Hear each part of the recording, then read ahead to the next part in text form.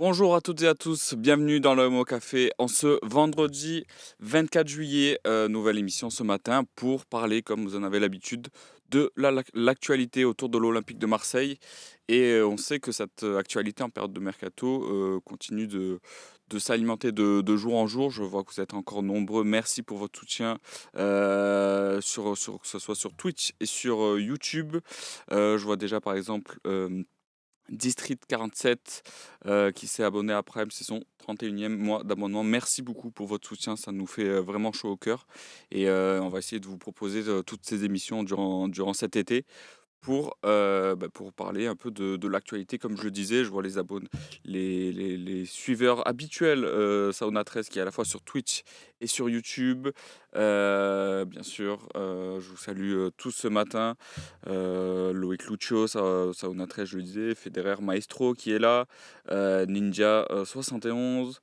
Et la liste est encore longue, donc on va essayer de parler un peu de toute cette actualité. N'hésitez pas si vous avez des questions. C'est un peu la première partie, l'OM en question de cette émission. Donc, n'hésitez pas si vous avez des nouvelles, des interrogations. Et je vois que ça parle déjà de Mercato et notamment Nico Amskas qui nous demande les rumeurs CJB. Nzonzi, c'est du sérieux, tu en penses quoi?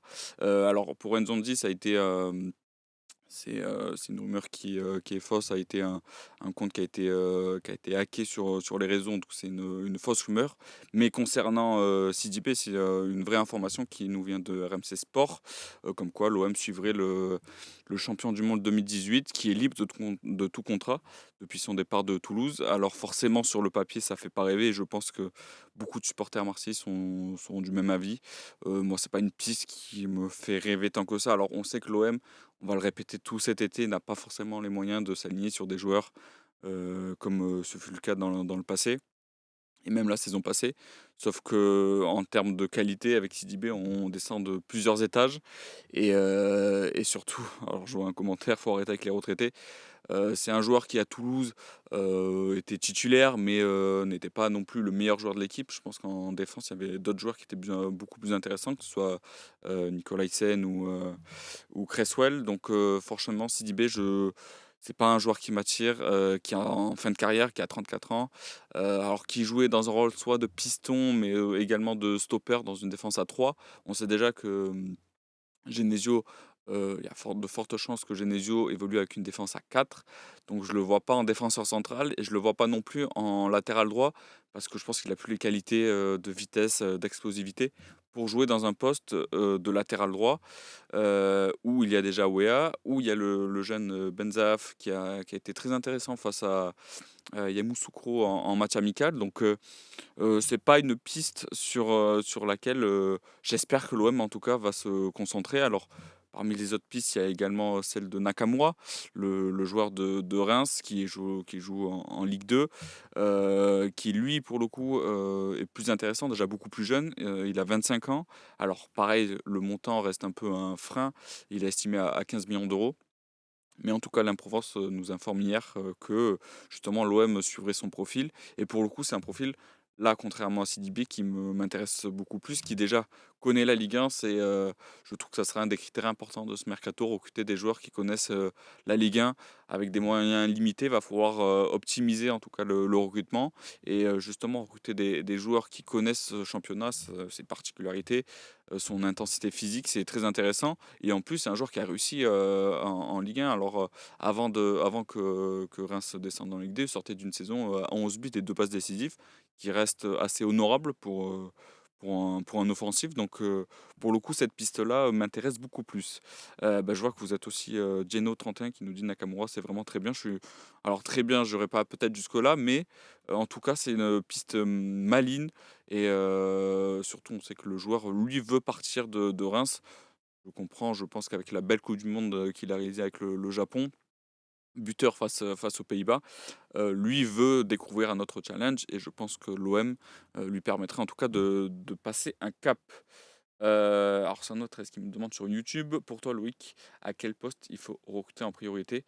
Alors moi je pense qu'à l'heure actuelle, il faudrait un remplaçant à Greenwood parce que c'est un des postes où, on en a fait d'ailleurs un édito sur le site du Phocéen, l'OM doit trouver un ailier droit, un pendant à Paixão si, le Brésilien est amené à rester.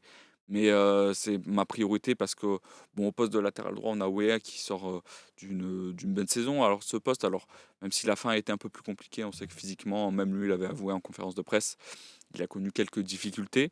Mais, on a au moins, du coup, ce joueur qui est capable d'évoluer. Alors que au poste d'ailier droit, donc celui de Mason Greenwood, hem on a quasiment personne. On a le jeune Kylian, Abdallah pardon, qui sort d'un prêt en division 3 espagnole, en provenance de Tarragone. Mais ça reste, un peu trop léger, il a jamais eu réellement sa chance en tant que titulaire à l'Olympique de Marseille. Et on a Amin Harit, comme on aime, vous le rappeler, on avait sorti l'information comme quoi l'OM souhaiterait s'en séparer. Donc, l'OM ne va pas compter sur lui, que ce soit à court terme, à moyen terme et également sur le long terme. Donc forcément, il faut, remplacer Mason Greenwood, dont les stats, on va le rappeler, ont été excellentes sur ces deux saisons. C'est 48 buts, 17 passes décisives en 81 matchs, toutes compétitions confondues.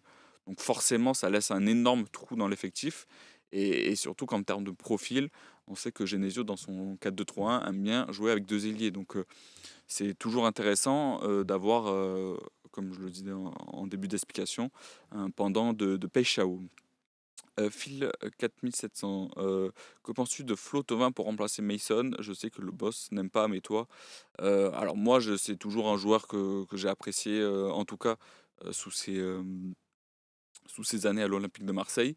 Mais, là où je suis pas forcément intéressé, je suis pas fan des joueurs qui reviennent dans leur club. Alors, ça a marché avec, Mandanda, ça a marché avec Payet, mais, sur d'autres profils, ça a pas forcément marché. Et même lui, je suis pas sûr qu'il soit intéressé, par une signature à l'Olympique de Marseille. Il va jouer la Ligue des Champions avec Lens après une très belle saison. Donc je pense que lui, il va continuer, sur ce projet, lensois où il est l'une des têtes de gondole du projet, hein, clairement, hein, on va pas se mentir. Donc forcément, je pense que en termes d'intérêt, d'attrait sportif, je pense que lui va préférer, rester à Lens une saison, supplémentaire. Et alors dans le contexte marseillais, il a les qualités, on va le répéter, c'est un expérimenté de Ligue 1. Mais, déjà pareil, comme je vous disais, le retour d'anciens joueurs, c'est pas forcément, quelque chose qui m'intéresse. Et lui aussi, comme je vous disais, préfère, je pense, préférer pardon, jouer la Ligue des Champions avec Lens que disputer la Ligue Europa. Est-ce que Bentaleb libre, est-ce que c'est une bonne pioche? Oui, c'est une très bonne pioche. J'aime bien le profil du joueur. Alors pareil, à voir avec quel type de joueur il sera associé. Mais, lui aussi sort d'une très belle, comme Thauvin sort d'une belle saison avec Lille, titulaire, quasiment indiscutable. Et on l'avait vu au Vélodrome, hein, lors de la défaite des Marseillais, face au LOSC.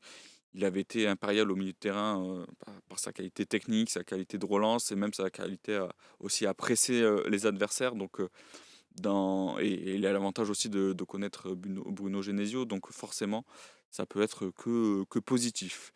Guessim, c'est un bon pari pour l'aile droite. Je pense que oui, c'est le joueur de Strasbourg.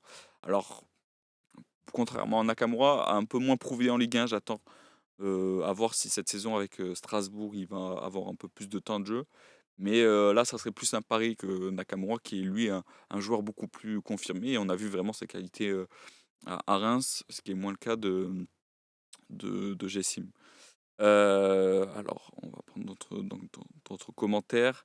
Tanguy, quels sont les points d'optimisme pour la saison à venir? J'ai peur d'un crash, monumental. Bah, je pense que beaucoup de supporters sont de ton avis et ont la même peur, pour cette saison. Alors, quels sont les points d'optimisme? Déjà, je pense que l'arrivée de Bruno Genesio était une bonne chose pour l'Olympique de Marseille. Dans ce profil de projet où on sait que les moyens financiers seront limités, il a prouvé, dans ses précédents clubs qu'il avait les qualités pour réussir, que ça soit à Lille, à Lyon, à Rennes et cetera. À Lille, il sort d'une 3 place, donc, il a l'expérience de ce type de projet où, il va devoir bricoler avec un effectif qui restera, je pense, quand même de qualité et qui aura les moyens de jouer l'Europe, mais, qui ne sera pas aussi bon que la saison passée. Et donc lui, il a cette expérience de savoir optimiser son équipe et donc c'est vraiment le plus gros point positif. Après, c'est dur d'en trouver parce que, on sait que tous les joueurs déjà de l'effectif, sont potentiellement à vendre. Donc on n'a encore aucune, certitude sur cet effectif. Donc c'est très difficile de savoir, sur quel homme, Bruno Genesio va devoir, s'appuyer la saison prochaine. Mais voilà, c'est lui mon principal, alors j'étais pas forcément fan, c'est pas l'entraîneur, sur lequel, j'aime, regarder les matchs et cetera, parce que c'est pas un jeu flamboyant. On sait qu'à l'OM, on a tendance à aimer les personnes ou les entraîneurs qui, pratiquent du beau jeu. On se souvient de l'époque Bielsa où franchement il y avait beaucoup d'enflammades autour de l'Olympique de Marseille. Mais là, je pense qu'on va devoir être un peu moins exigeant là-dessus et privilégier un entraîneur qui arrive à optimiser, à 100 son, même, plus que 100 son effectif et avoir des résultats. Donc pour l'instant, c'est lui et qui me donne un peu cette pointe d'optimisme. Lagdar, ce qui me fait peur, c'est plutôt Lorenzi. Alors pareil, là, je te rejoins pas forcément. C'est sûr que sa conférence de presse de présentation n'a pas été, excellente. On sent que c'est un homme qui est pas forcément adepte des prises de parole face aux médias. Alors à l'OM, ça va être quelque chose de compliqué parce qu'on sait l'exposition que ce club a en France. Mais je pense que lui aussi, dans ce projet-là en particulier, peut essayer de trouver quelques bonnes, trouvailles. On sait qu'à Brest, alors on sait que le niveau d'exigence n'est pas le même, mais à Brest, il a réussi et il a emmené le club en Ligue des Champions. Donc je pense que, alors à un degré différent, mais il a les qualités nécessaires pour essayer de construire un projet cohérent, sur les prochaines années. Alors on verra forcément, les résultats seront le premier juge de paix, mais je pense que lui aussi, alors on verra le travail, mais c'est une bonne trouvaille en tout cas dans ce contexte particulier. Arsène Larsen, salut Louis, content de te retrouver sur l'émission. Déjà, merci beaucoup pour ton commentaire. Est-ce que l'OM a pris du retard sur ses concurrents dans la préparation de sa saison? Alors dans la préparation, pas forcément, parce que hormis Lyon qui a déjà joué beaucoup plus de matchs, mais on sait que Lyon, qui a terminé quatrième, va disputer les barrages de Ligue des Champions et va d'ailleurs affronter le Slavia Prague, doit commencer sa saison plus tôt que les autres clubs. Là-dessus, je suis pas forcément inquiet, c'est plus en termes de recrues ou bah, forcément aucun joueur. Alors, je compte pas les joueurs qui sont en post-formation, où c'est que l'OM, depuis plusieurs années, axe une partie de son recrutement là-dessus. Mais donc, si on oublie ces joueurs-là, il y a pour l'instant aucune recrue qui est encore signée. C'est plus là-dessus que je suis un peu plus inquiet, ou forcément on aimerait avoir un peu plus de visibilité autour de ce projet. Mais en termes de préparation, si tu parles sportif, non, je suis pas forcément inquiet. On verra de toute façon l'OM qui affrontera Nice ce samedi à 18 h. C'est à suivre sur Ligue 1+. Vous suivrez bien sûr sur le Fossé, on vous fera un compte rendu du match. Voilà, on tirera un peu quelques enseignements, que ce soit positif ou négatif, de cette rencontre au niveau des joueurs. Mais on en verra un peu plus sur les prochains matchs amicaux. Il y a eu seulement un seul match qui a été disputé en Côte d'Ivoire face à une des deux ivoiriennes. Donc c'est très dur de juger un peu le niveau réel de cet OM. Mais en termes sportifs, comme je te disais, je suis pas pour l'instant forcément inquiet. On en verra plus sur la suite. OM 13, quand on voit Openda à Lyon, ça me déprime. Où il était il y a un an avec une relégation administrative pour se sauver. Forcément, il y a de la frustration quand on voit la situation de Lyon, comme tu le disais, qui était en relégation administrative la saison passée. Mais ben, eux ont les bénéfices de disputer la Ligue des Champions la saison prochaine. Alors bien sûr, ça passera, ils vont passer par des tours de qualification, de barrage. Mais eux ont déjà bien vendu avec Alfonso Moreira qui est parti pour plus de 30 millions au Bayer Leverkusen. Donc il y a déjà pas mal d'argent qui est entré dans les caisses de Lyon. Et eux aussi ont déjà commencé fort leur mercato. Au Penda, je pense que ça serait, pour eux en tout cas, ça serait un très bon coup. Mais bon, on n'est pas là de toute façon pour parler de Lyon. Tu vois qui devant nous cette année? Je vois Paris, Rennes, Monaco sur les trois premières places. Ensuite, bataille avec Lyon, Lille, Strasbourg et le PFC. Alors, je pense que Lyon sera devant nous, comme je disais, là, notamment le coup au Penda. Je pense que c'est très intelligent. Et on a vu le travail de Paulo Fonseca la saison passée avec un effectif assez réduit en termes de qualité, terminé quatrième. Donc je pense que Lyon sera devant nous. Strasbourg, pas forcément. Je suis pas forcément convaincu par, ce que donne leur projet. Ils ont perdu Emega, Barco qui sont leurs principaux, atouts, ou qui ont été leurs principaux atouts la saison passée. Donc je pense que Strasbourg terminera derrière nous. Lille, alors il y a l'inconnu Ancelotti, pardon, je vais y arriver. On ne sait pas ce que va donner, ça sera sa première en tant que numéro un, donc à voir comment il va gérer une équipe, qui va aussi disputer la Ligue des Champions. Ça sera la grande inconnue. Je pense que Monaco, sera au même niveau que nous, aussi vont devoir vendre beaucoup, donc pour l'instant, assurément, bon, Paris va terminer devant nous, ça je pense qu'il n'y aura pas de souci là-dessus. Rennes, je te rejoins, peut terminer, devant nous avec un mercato ambitieux. Une autre année pour, Francaise qui est un très bon entraîneur du championnat. Mais, je nous vois batailler avec, ce groupe-là, Lyon, Monaco, Lille, Strasbourg, je le mets en dessous, et pareil le PFC.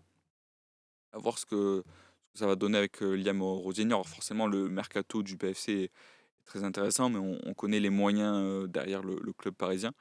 Mais pareil, eux, je les mets au niveau de Strasbourg, ça reste encore l'inconnu, mais je nous vois batailler avec, ce type d'équipe. Il est 11h16, mais il est temps de lancer la première page publicitaire avant de passer au décryptage. Alors pendant ce temps, je vais prendre encore quelques commentaires. Je vois un commentaire alors il faut que je retrouve, ouais, de Dybala. Balerdi, il faut le garder absolument. Alors, en termes de qualité, oui, ça reste un bon élément, mais si on prend tout le contexte de ces 6 années passées à Marseille, du contexte économique, bien évidemment, je pense que pour les 2 parties, il faut que, il y ait une vente cet été. Heu, voilà, je pense que le divorce est entamé. Il a tout connu à Marseille, que ce soit les hauts et les bas, et surtout les bas. Donc je pense que pour les 2 parties, comme je disais, il est temps de se séparer, et surtout ça permettrait aussi à l'OM. Alors pour l'instant, le marché ne s'affole pas autour de Balerdi. On sait que l'équipe avait informé, il y a quelques semaines, que le Bayer Leverkusen avait proposé 25 millions d'euros pour le joueur, mais que lui avait refusé en tout cas, cette proposition. Il y a eu aussi quelques rumeurs venant d'Italie, mais pour l'instant, le marché ne s'affole pas concernant Balerdi, et surtout on approche, de la mi-mercato. On sait que le mercato se termine début septembre, donc forcément, l'OM va devoir espérer, une belle offre pour son défenseur. Heu, je vois, ouais, voilà, je vois que vous êtes aussi un peu mitigé sur le cas Balerdi. 113, oui, bah, tout dépend combien on peut le vendre. Ça, c'est forcément, le plus gros point d'interrogation. J'espère au moins que l'OM peut en tirer au moins 20 millions d'euros quand on voit certains autres défenseurs, partir pour des montants qui sont, astronomiques. Alors Balerdi, on connaît ses qualités, on connaît ses défauts, mais ça reste quand même un joueur confirmé de Ligue 1, qui connaît la Ligue des Champions, qui connaît la Coupe d'Europe. Il a joué aussi la Ligue Europa avec l'Olympique de Marseille, donc c'est quand même un joueur d'un certain standing, écoutez, je pense que voilà, il faut au moins peut-être 20-25 millions, ça reste jouable pour le défenseur argentin. Bah, écoutez, je pense que la pub est terminée. Il est temps de passer à la deuxième partie de cette émission.